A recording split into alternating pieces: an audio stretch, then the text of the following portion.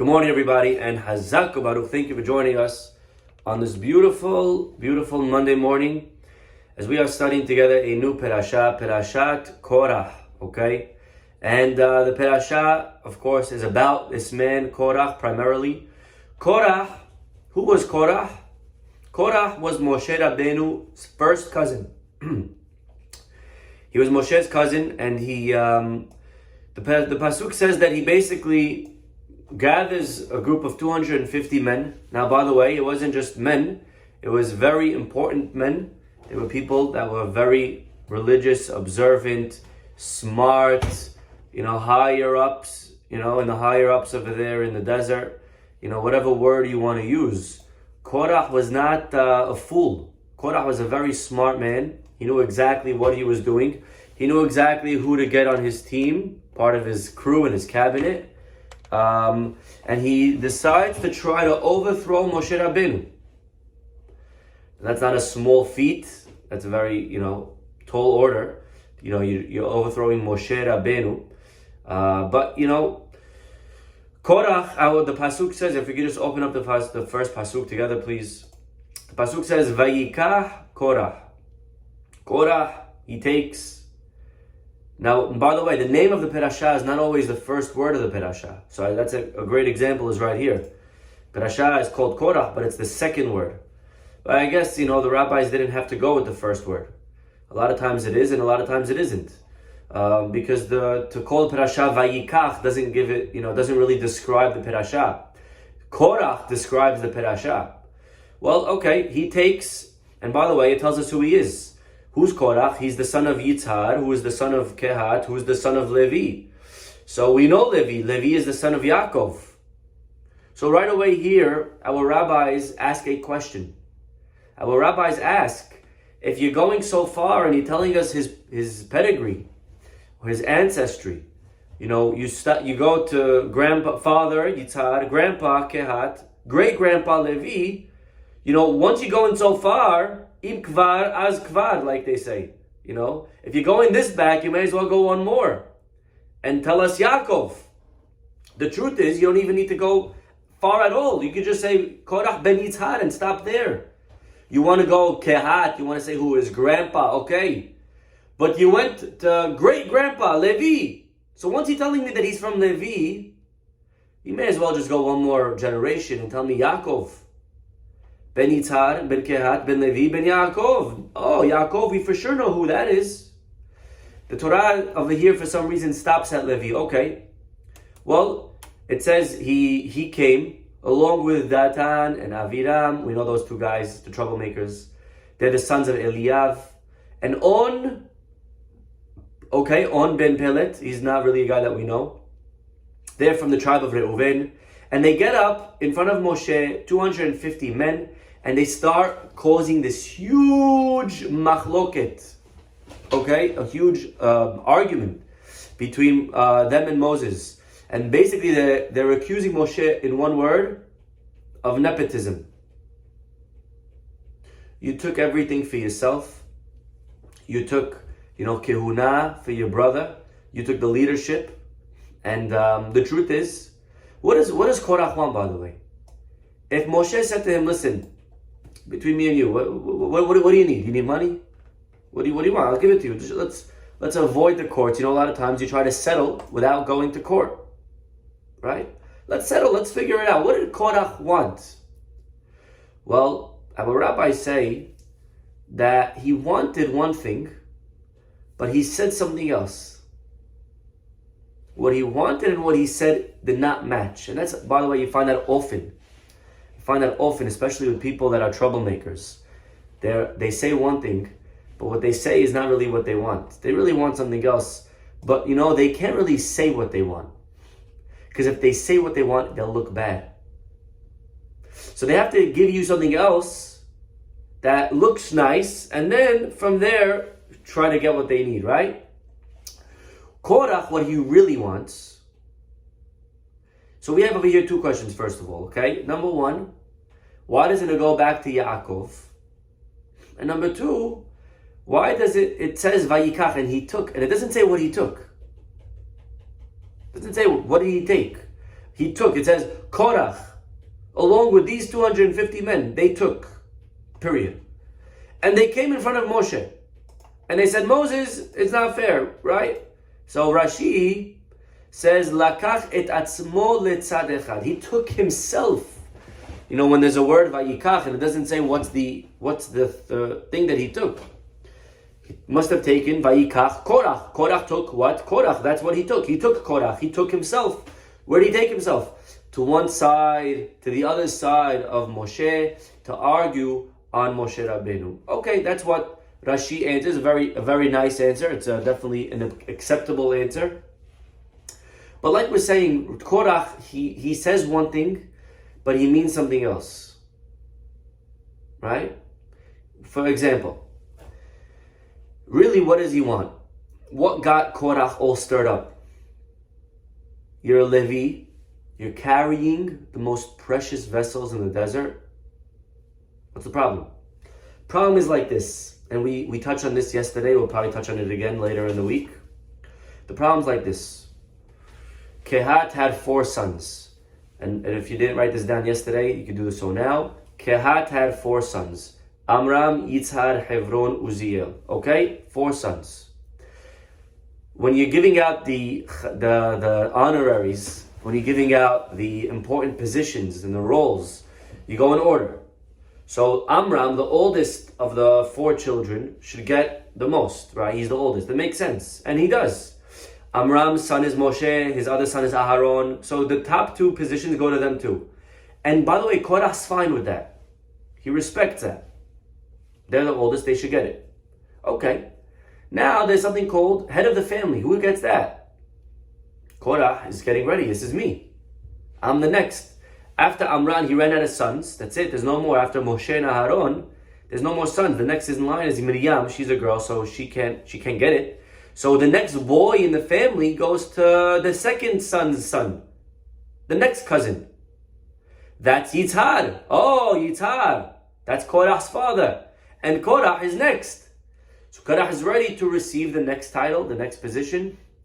And all of a sudden, they call up to the stage, and the award goes to Elitzaphan.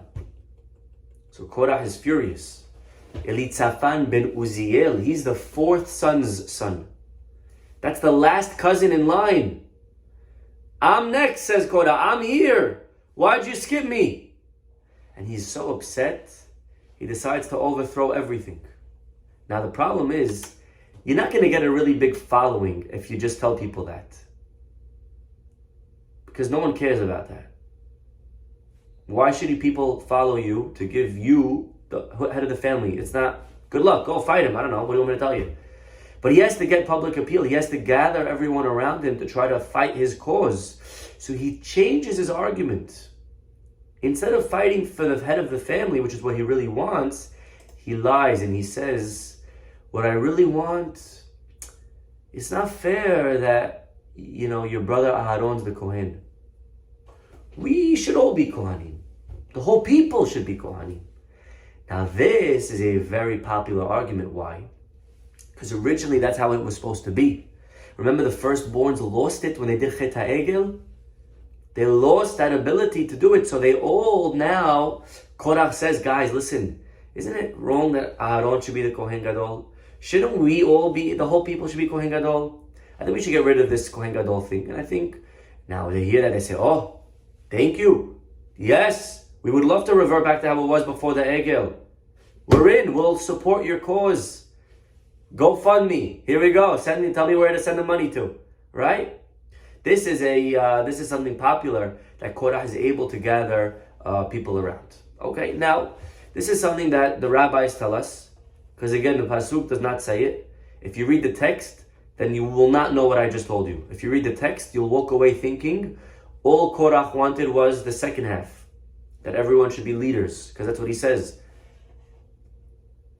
Ki kol ha'edah kulam kedoshim. Everyone's holy. Why do you want to grab the holiness for you and your brother Aharon? And by the way, I want you to know something. If you were there back then, if we were there, and we were watching this mahloket of Moshe versus Korah, you know whose side you would be on? it's not so easy that you would be on Moshe's side. You know, we read the story, we know the ending. Korach's obviously the bad guy because we don't sing about him. We sing about Moshe. Right? We sing about Moshe. Moshe, right? We sing about him. So we know Moshe is the good guy. But hindsight is 2020. If you were living in that time, it's not so simple that you would be on Moshe's side. Korach was himself a righteous man. He was a very popular man. He was probably a better speaker than Moshe Rabbeinu. Don't forget, Moshe had a stutter. So Moshe and by the way, think about when is Korach coming? Why is Korach coming? He's coming, like we said, because he lost the head of the family. Now, when was that position given out, head of the family? That was given out way before. When they gave out head of the when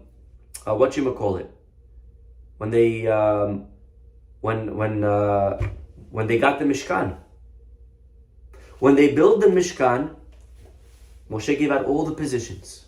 The head of the family goes to Elitzaphan. So the question that everyone asks, why didn't Korach argue back then in Nisan when he gave it out? What month are we in? Does anyone know? I'll give it a second if you want to try to write it in the chat. What month are we in right now? We're 1 year after we left, but where in that second year?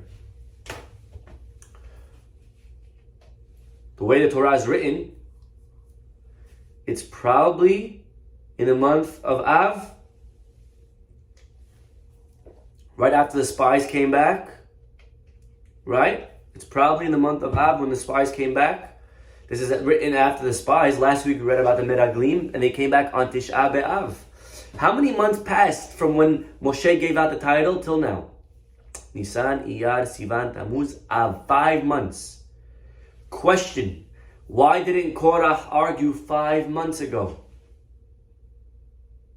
That's a good question. That's what he should have argued. And some answer, you ready? You ready for this answer? Because 5 months ago it didn't matter. All right, Hazak Kubaro, so you're going to be head of the family, but how long is that going to last for, thought Korah? It's going to last till we go into Israel.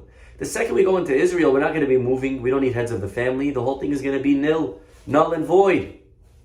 And therefore, he didn't care to argue on this. I'll stick it out for a few months. I'll swallow my pride. When I get into Israel, keep your eyes on the prize, they say. Nah, don't argue. It's not a big deal. Later, you argue if it's something important. So he stuck it out. Now, when the spies came back and they realized they're not going into Israel for 40 years, Korah said, to not get it for 40, that I can't handle. And that's why he comes now after the spies. Very beautiful. That's one answer. The Ramban gives another answer. Nachmanides says he didn't come till now because if he would have argued on Moshe, were you crazy? You're arguing on the legend. You're arguing on the most powerful, popular person in history. Moshe took us out of Egypt. He destroyed Amalek. He destroyed everybody. He split the sea. He bound down the man. We did the Egel, and he prayed and he forgave us. Everything Moshe Rabbeinu was doing amazing. Why in the world would we go against him? But something happened last week that all of a sudden Moshe's popularity rating went down. Right? When they took a toll on the polls, it went down. What happened last week? Anyone know? What changed last week that all of a sudden Moshe was no longer popular? He didn't have public appeal. And now Korah saw this as his opening to argue on him. What happened? What happened was that Moshe was not able to get forgiveness for the Jewish people. They did they did the spies, and this was the first time that God actually did not forgive them. You look back in the Parashah, they didn't get forgiven.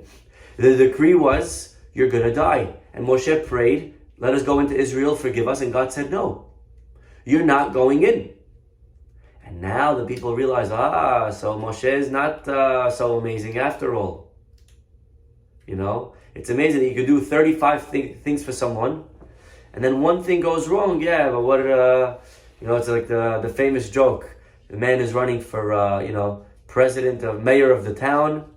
And he goes to his friend and he says to his friend, listen, I'll be running again for mayor. I just wanted to make sure, you could secure my vote. And I could secure your vote. And the friend says, actually, I'm not gonna be voting for you this time. I'm going to be voting for him.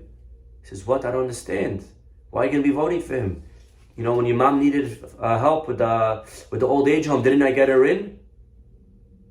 And he says, yeah, you actually, it's true. You did get me in. You got my mother into the old age home. Yeah, and remember when your cousin was having a wedding? I was able to gather the funds and able to pay for the wedding with the people from the community. Remember that? He says, it's true. You did. Yeah, and remember when your child was trying to get into university? They wouldn't let him in, and I pulled strings and I got him in? He says, yeah, it's true. He says, I don't understand. I helped your mother, I helped your son, I helped your cousin. Why are you not going to vote for me again? And the man says, well, it's true, but what have you done for me recently? So sometimes in life, we forget quickly about the help that people have done for us. People over here, Moshe's popularity rating was down. He lost out on getting them into Israel. And so Korah saw this as an opportunity to attack. And again, our rabbis say he didn't really care about kehuna and about everyone being the leaders. He wanted one thing, head of the family. Now, the question is, how do the rabbis know that? Maybe he really wanted to be the leader. Maybe that's what he wanted. Maybe he really, maybe the pasuk says, he wanted that everyone should be Kohanim. Maybe that's what he wanted. How do we know that he was deceiving? How do we know that he was lying? So there's a few answers to this question. Okay, well, again, the question is, according to the text, if you read the text, Korah, what did he want? What did he want from Moshe? He wanted that everyone should be the leader. Okay? But our rabbis come and say, but that's not what he really wanted. Really, he wanted honor. He wanted that he should be the head of the family and not the other cousin Elitzaphan ben Uziel. And the question is, how do we know that? How did the rabbis know that? Where did they see a hint in the text that he wasn't sincere? And the Alshich says, from the first question that we asked, Vayikach Korah, and he took. What did he take? Doesn't say what he took. What did Korah take? We asked the question. And the Alshich says, the answer is written. You're just not reading it. Vayikach Korah. Korah took. What did he take? The next words. Ben Yitzhar. He took Ben Yitzhar. He took and he learned from the fact that he was Ben Yitzhar. He said, look at my father. My father Yitzhar, he's second. He has certain things that are important. He looked at his father. Kehat. Kehat is second, but he still gets stuff. Levi is third, and he got stuff. And from there, he figured out, you know what? I'm second. I should get stuff. It's not fair that you're cutting the line to other people. Okay, that is how the Alshich answers the question. By the way, there is another very powerful answer to this question. You look at the pasuk. And it says, Ben Yitzhar, Ben Kehat, Ben Levi. And we asked, why doesn't it go further up? Why doesn't it go one more to Ben Yaakov? Right? After all, that is Levi's father, Yaakov Avinu, we know him. And the reason is, actually, because Yaakov prayed not to be mentioned in this list of lineage. Where did Yaakov pray for this? We quoted it yesterday. Yaakov Avinu, at the end of his life, he's blessing Shimon and Levi. And I don't know if blessing is the right word, but he's blessing Shimon and Levi, and he says, Besodam al tavo nafshi. Okay? This is in chapter 49. Besodam al tavo nafshi. Into their conspiracy may my soul not enter. Bikalam al tehad kevodi. In their kehal, in their congregation, I don't want my name to join. And the word kahal is written in our parasha with Korah.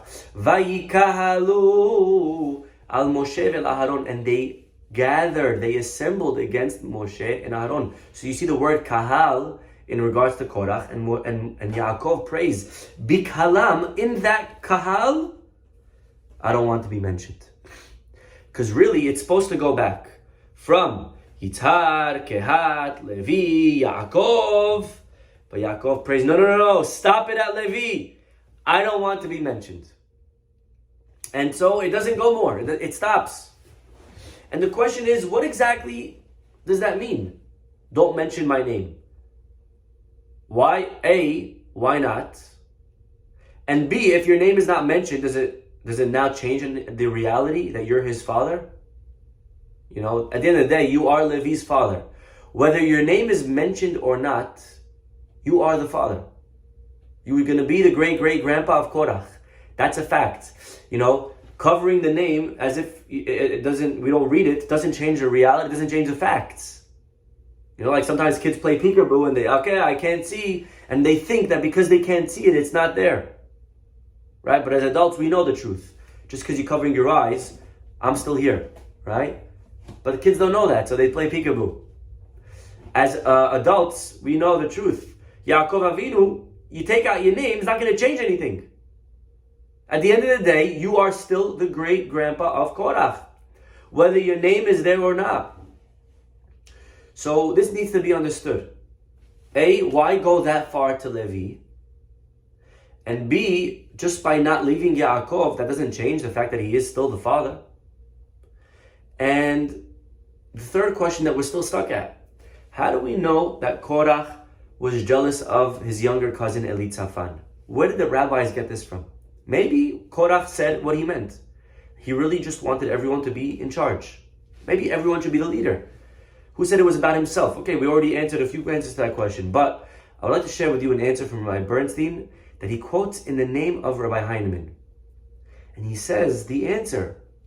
How do we know Korah really was jealous from his younger cousin? How do we know that he was being deceptive, deceiving, maybe is the better word? From the fact that, you ready for this? From the fact that it traces him back to Levi. And then it stops. That's the proof that there's deception. Because what do we know about Levi? You know, the Torah is going back a little bit further than it needs to. It's saying Korah, the son of Yitzhar, the son of Ben Kehat, Ben Levi. It didn't need to go that far. It could have stopped at Kehat. But it's going to Levi. The Torah is saying, says Rav Heinemann, there's a connection between Korah and Levi. What is that connection? What's the connection? What do we know about Levi? Levi is the great-grandpa. What's the first thing that we know about Levi? Open up to the Chumash. We don't know much. We just know that he's born and he's named Levi. But as far as stories about Levi, what story do we know about Levi? Any story? Or at least the first one in the Torah? Anyone know? Give it a few seconds if you want to try to take a guess.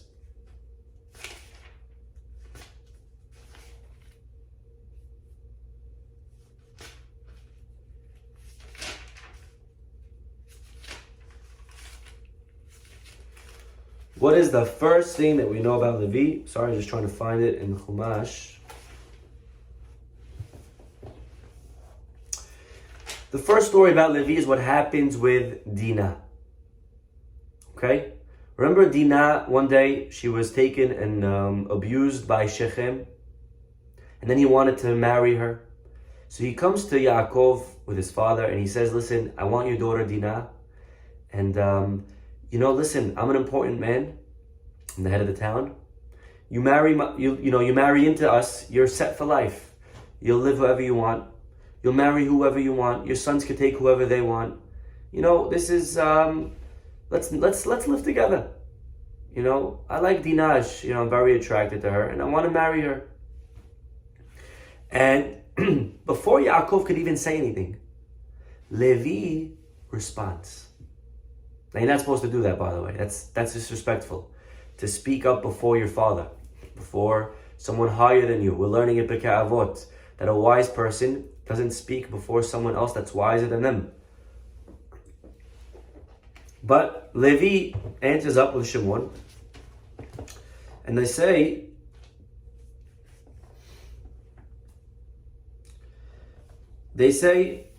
we can't do that. We're sorry. We would love to marry into you guys, but we can't. You know why? Because you're not circumcised. We don't marry people that are not circumcised.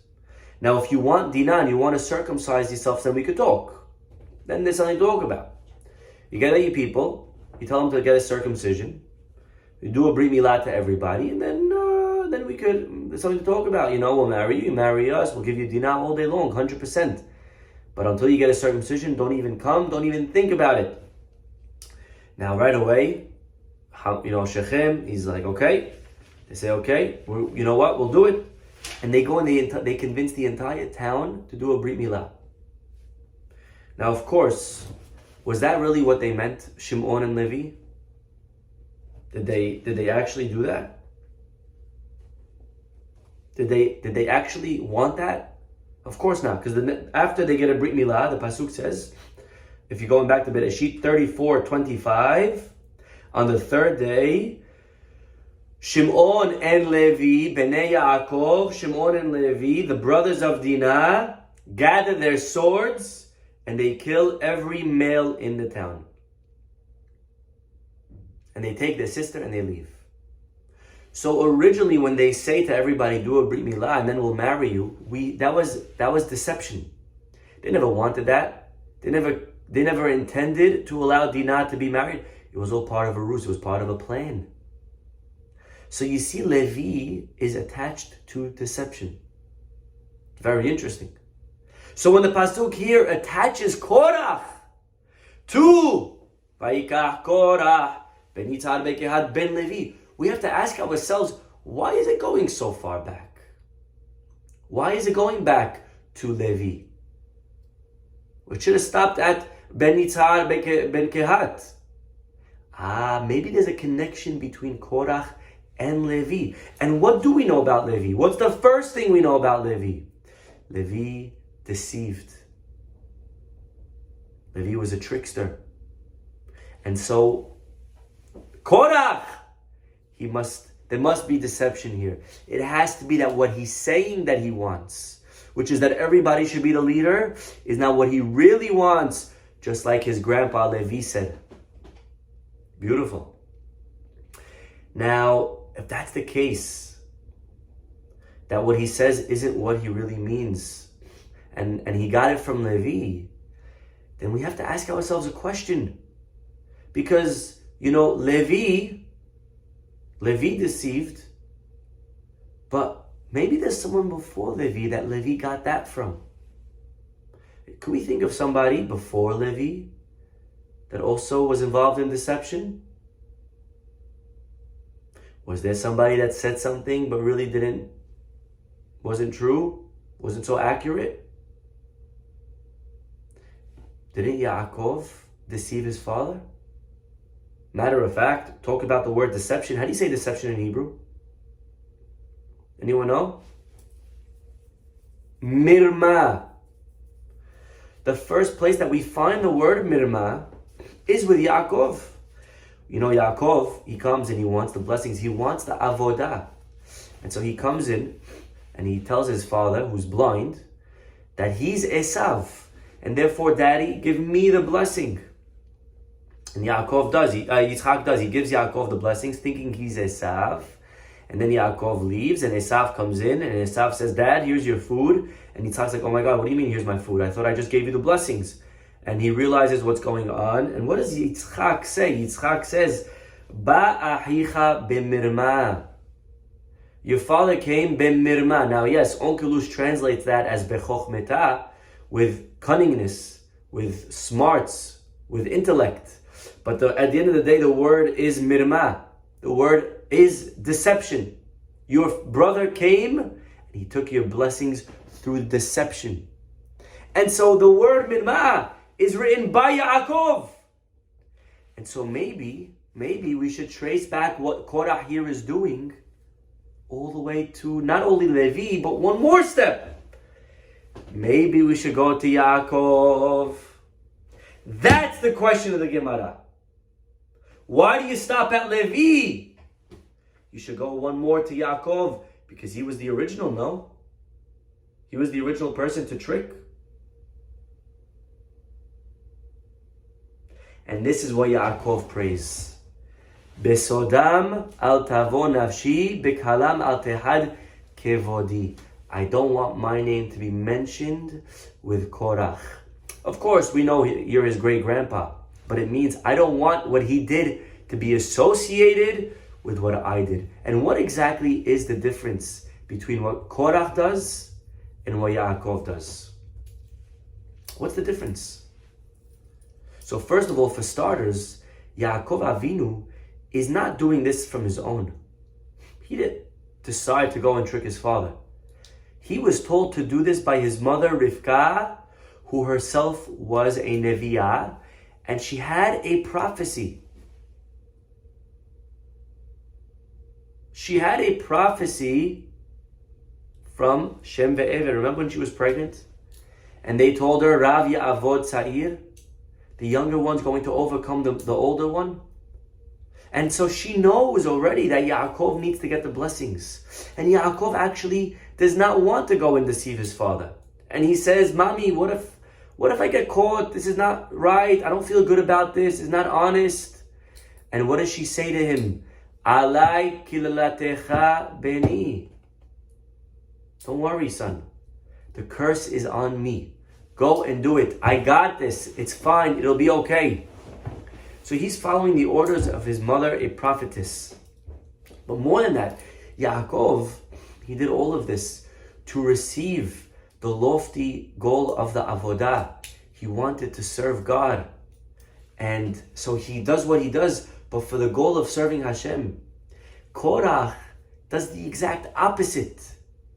He wants something personal for his own kavod, and he uses the avodah as the red herring to say as if it's for me. So look what's going on. Yaakov makes believe something personal, but it's for a higher goal. Korah uses the higher goal to get something personal. And so over here, Yaakov is not happy with what Korah does. What he does is nowhere near what I did, says Yaakov. Please do not mention my name with that list of people. Levi, he was deceiving. He is mentioned. And what Korah does dates and traces back all the way to Yaakov. But by the way, if you just open up to the Pasuk, where Yaakov prays not to mention him, look at this fantastic Rashi. There's a very interesting Rashi, and we'll end with this. He prays, Bikhalam al tehad kevodi. When Korah will gather around Moshe, don't put my name there, because it only goes back to Yaakov. Okay. Now, Rashi though continues. Rashi says, but you know what? There is a time later in one of the books of our Torah that Korah's name is attributed to Yaakov. Anyone want to take a guess? There is a time later that Korah is going to be dated back. Korah ben Yitzhar, ben Kehat, ben Levi, and it's going to list Yaakov. It does. Says Rashi where? Aval b'divrei hayamim, okay? Kshenityahasu b'nei Korah al haduchan, but in divrei hayamin, when it lists Korah's ancestry, it says ben Korah, ben Yitzhar, ben Kehat, ben Levi, ben Israel. So if you have a divrei hayamim is Chronicles. And it goes through the beginning of time and it lists everything. It's an interesting book to read. It's a book of history a little bit. And we learned some things from it, by the way. We do learn certain things over there. But the first pasuk, Adam, Shet, Enosh, it just gives you like the order of mankind. If you want to know from the beginning of time till today where we are, just look in Divrei Hayamim. It lists everyone, father, son, all the way down to us. Adam, Shet, Enosh, Kenan, Mahalalel, Yered, Chanoch, Meshach, Lamech, Noach, Shem, Cham. Okay, it goes all the way down. And as it goes down, sometimes it elaborates a little bit. But if you look, Divrei Hayamim, chapter 6. Now with Levi. Levi, it has these three sons. Gershom had this. Kehat had Amram, Yitzhak, Hebron, Uziel. And then it lists right here.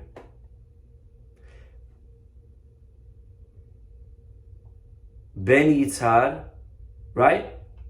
Ben Korah. Then it says, Pasuk 23, Ben Yitzhar, Ben Kehat, Ben Levi, Ben Yisrael. Over here it lists Yisrael. Who's Yisrael? We know Yisrael was another name for Yaakov Avinu. So over here, it does list Yaakov. It does list Yisrael. Why does it all of a sudden over here list Yaakov Avinu? Why doesn't it list it, in our parasha, but over here it feels comfortable listing Yaakov? And the answer is because over here it's in context of what? Ele asher he'emid David. These are the people that are going to stand on the Duchan doing the avodah. When it comes to wanting to do the service, to do the work of Hashem, this is an appropriate place to put Yaakov. Because that's what Yaakov himself wanted. But Korah, in our parasha, he didn't care about the avodah. Over here it was about honor. It was about his own kavod. And therefore in our parasha, it leaves Yaakov. So it's amazing to see how sometimes a few questions could answer each other. Vayikach, what did he take? Ben Yitzhar, Ben Kehat, Ben Levi. Why does it stop there? And all these answer, they answer, many answers to these questions. But according to what we said today, he takes this argument that we should all be in charge. That was a fake argument, and anyways, it's beautiful that we get to study the parasha in this level with such depth. Often, like we say, we get to say a nice Dvar Torah and a beautiful Chidush, but we don't understand the parasha. We don't understand what's going on. Baruch Hashem, over here with these beautiful insights, we get to understand what's going on. We get to see the parasha in a much deeper way. We'll stop over here. Have a wonderful day, everybody. We'll see you all tomorrow. Bye-bye.